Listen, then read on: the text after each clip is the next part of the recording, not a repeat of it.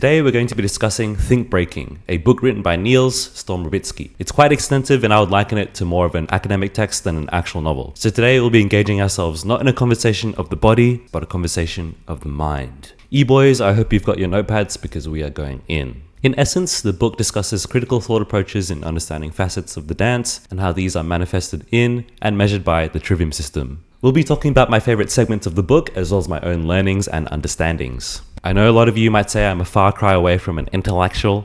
Maybe you might say I'm the exact opposite, but I still like breaking. So you're going to sit here and you're going to watch me do this book analysis and you are going to like it! So the text is broken down into 4 main chapters. Chapter 1, the breaking foundation. Chapter 2, backgrounds. Chapter 3, the threefold and trivium system. And Chapter 4, the applied practice. Along the way, the book also peppers in anecdotes and information about different types of cognitive bias that can lead to the misinterpretation of a performance. I think this is a quaint touch that gives the book personality, because corrupt judging, am I right? Also, I should note, I'll be using the term performance a lot here because Storm also uses the term performance a lot in his book as well. He sort of refers to performance as a round in a battle or a round executed against an opponent in a tournament setting. So in my opinion, the heart of the book, the gold mine, the meat and potatoes, if you will, begins here at page 129, where Niels defines and extrapolates upon the explanation of each of the domains of the trivium system. To catch you up to speed with trivium, it's a judging system designed with 3 main domains: the body, the mind, and the soul. These 3 domains then get broken down into 6 criteria: technique, variety, creativity, personality, performance, and musicality. The trivium system works on direct comparison, where 2 competitors are measured directly against each other. I want to first draw your attention to section 2, performance. This is exemplary of how much sheer experience Storm has, not only as a performer in the cipher and the battle, but a performer on the big stage, the small stage, and the theatre. He's defined performativity quite intelligently here, and his shift of view from rounds to performances kind of speaks to the shaping of breaking as we know it today, in the post-Olympics era. Storm drops gems on us right quick, giving us more dimensions to perceive a performance from. In performance, he talks about order and chaos here, where order is arranged, presented, and planned, and how we can surpass expectations by employing chaos to create stronger performances, using what's known and then contrasting it with what's unknown. He also mentions traditionalists and novelists, whereby the former believe everything exists only to serve and bring forth innovations that follow, and the latter being old fucks that bump Joey Bray and Valence. No, I'm kidding. He makes his point pretty clear here. Stand firmly with one foot on the scale of existing order and the responsibility to defend and protect it, while the other foot on the scale for new opportunities and growth. I think this is good because Storm presents more intangible ways to measure and quantify our progress as dancers. Progress can be measured as improving physically.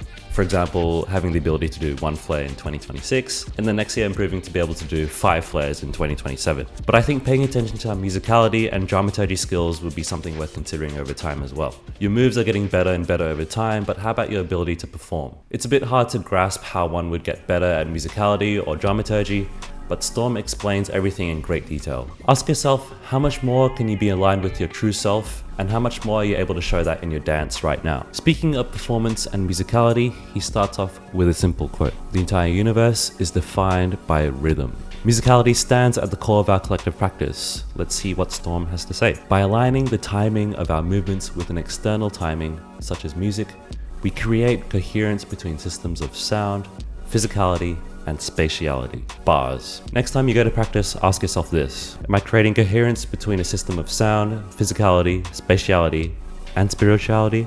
Bro is quite literally asking us to break in 5 fucking D with this book. So stop playing with me. Developing and learning to use movement techniques so that it communicates rhythmically and playfully within the given music, causing emotional surges among all participants, is the goal of the performative mandate. The term emotional surges is a good launchpad to return back to dramaturgy, with the goal of utilizing dramaturgy to intensify the audience's experience as much as possible. Storm also includes a fundamental dramatical structure to which he explains using a 1-minute breaking solo. Observe. We start off with exposure and introduction, arousing curiosity by introducing narrative elements with protagonists, backstory, and conflict. This will be for maybe about 10 to 15 seconds at the start of a round. We then get into the main and middle part. In the meat and potatoes of the performance, an argument is prepared. explained and revealed as the story progresses. We then introduce a climax, the moment of surprise before an anticipated ending. This will be for about 30 to 40 seconds in a round. And finally, we have a solution, the resolution of the conflict. The drama finds its end and the story begins anew. Another 10 to 20 seconds. In dance, we always constantly talk about storytelling, right? I think this is a good explanation of a framework that I think breakers could experiment with. We all know the fundamental elements of a story: a beginning, a middle, and an end. But what does this mean specifically in the context of breaking? Well, first we can introduce ourselves as narrative elements. The hero. Hey, here's me. Then we can introduce our first moves. Then continue with exciting things like power and end with a freeze or a moment of improvisation. This is kind of a different angle to your classic footwork, top rock, power move, freeze approach. How we can remix and bend the structure to our own will is, in my opinion, the fun part. As Storm says, we all know what an aha moment is in a round. But can we pick it apart, define it, truly know it? Here he provides some dramaturgical techniques that one can use in performance: unawareness, surprise, curiosity, delay, excitement, and humor. Just a small selection of techniques and emotions that we can employ in our own performance to sort of help create these aha moments that we all love and know so well. Helps to define what we sort of chase in a round and in a performance on the stage or in the cipher. Ultimately, he's placed a lot of emphasis on the ability to perform and play as well. And I think this is something important that we can all sort of learn from the book as well. Here we have one half of the performativity pie. The next part we'll be talking about is authenticity. Really important in my opinion. I enjoy this section quite a bit. He writes, "The more a performance is perceived as genuinely truthful, the more credible it is." Storm uses 3 contingents to measure authenticity in a performance. The first contingent, the personal part. Is the person being true to themselves or are they pretending? Which to the untrained eye can be a bit hard to tell. The general cultural part. Is the art form being produced in a style that is true to its origins? And the third contingent, the setting. Does the setting, including the atmosphere and side scenes, correspond to the cultural values and standards? Or in layman's terms, yo, is the DJ fucking dope? Is the DJ whack? Is the crowd whack? Is the venue nice? Is there a food truck? He kind of counters all this with a real statement. Expressing oneself improvisationally and poetically in a language not yet mastered is impossible. To gain trust, we must not feign authenticity. What he means here is that in order to gain true mastery in improvisation and communication through a language of dance, we must know and understand the language through all its fundamentals and foundation. And is the art form being produced in a style that is true to its origins, and how well are we able to show off our personality through the art form? How can we transform the world with creative freedom? Or rather, how much more can we transform the world with creative freedom? You might have noticed that a lot of what I'm covering pertains specifically to the artistic, intellectual, and more spiritual sides of the dance. The reason why is because I find this side of dance to be the most enlightening, but I also find Storm's knowledge and explanation of these things to be really poetic as well. And rather beautiful. In the book, he talks a lot about physical techniques, but it can also be a bit hard to really illustrate some of these things that he's talking about. It's like asking someone to learn how to 6-step based on a few paragraphs of written text. And I'm sure someone watching probably had to learn how to 6-step from a book or a magazine way back when as well. So I got you. Moving on from artistic qualities, we have artistic qualities. I'm sure you guys can tell what I really value in breaking right now. Here Storm mentions and makes distinctions, writing that individuality in breaking is more to do with distinction because of breaking's contextual rules and codes. Key in point, being different arises from thinking different, which then manifests into acting differently as well. He also explains 2 types of creativity: normative creativity, to do with problem solving, and exploratory creativity, more to do with creativity for creativity's sake. Of course, as we all know, breakdance is rather difficult. So most of the time in dance, at least in a competitive context, we'll be dealing more with normative creativity, problem solving and figuring out solutions. Yes, Jafri, we get it. Creativity, the soul, artistry, musicality, and blah blah blah, and if you have personality and creativity with no strong foundation, you end up with ray gun and blah blah blah. There needs to be rules, otherwise you end up fucking doing kangaroo shits on stage. So before we can move forward, we must know where we have been.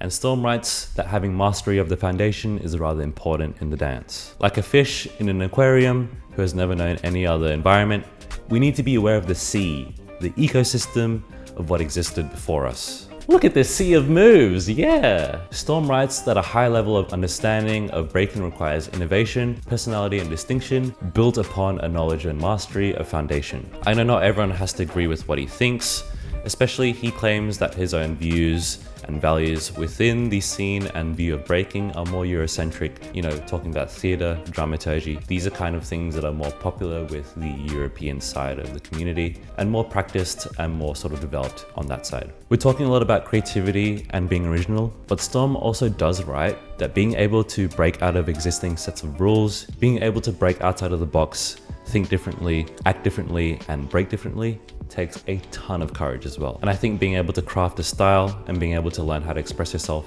takes more than a lifetime. So don't be acting all up in arms, talking about, oh, I'm a performer, yeah. When in reality, you need to study the craft and you need to learn how to master the foundation as well. And also master yourself. And I think this is something that I really want to drive home. I think the hardest battle that we face is the battle against ourselves. Being able to just have the comfortability and the confidence to express ourselves, not only in breaking, but outside of breaking as well. How can I be more vulnerable with the world? How can I be more vulnerable with my friends in dance and outside of dance as well? I think this is something that I think is sort of present in the book, and how sort of an understanding of dance actually means an understanding of life as well. And having great experience in life also translates to having great experience in dance and art. So here are my tip of the iceberg takeaways from Think Breaking. Number 1, mastery is key. To go forward, we must know where we've traveled to.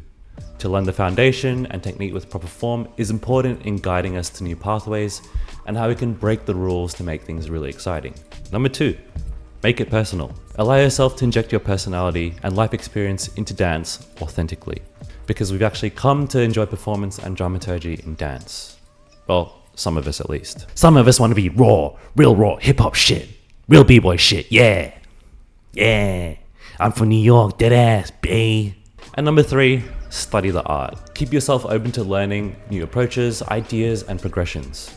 There is so much more we can explore in every realm of the dance. So keep learning and keep creating. All in all, I've gone over a very, very surface level preview of the book. There's a bunch more in the book, talking specifically about criteria and the trivium system, such as vocabulary, technique, and form, which is a massive deal to breakers worldwide. Anyways, I hope you check out the book because it really is a great read. Storm is a legend, and the book really helps in understanding breaking.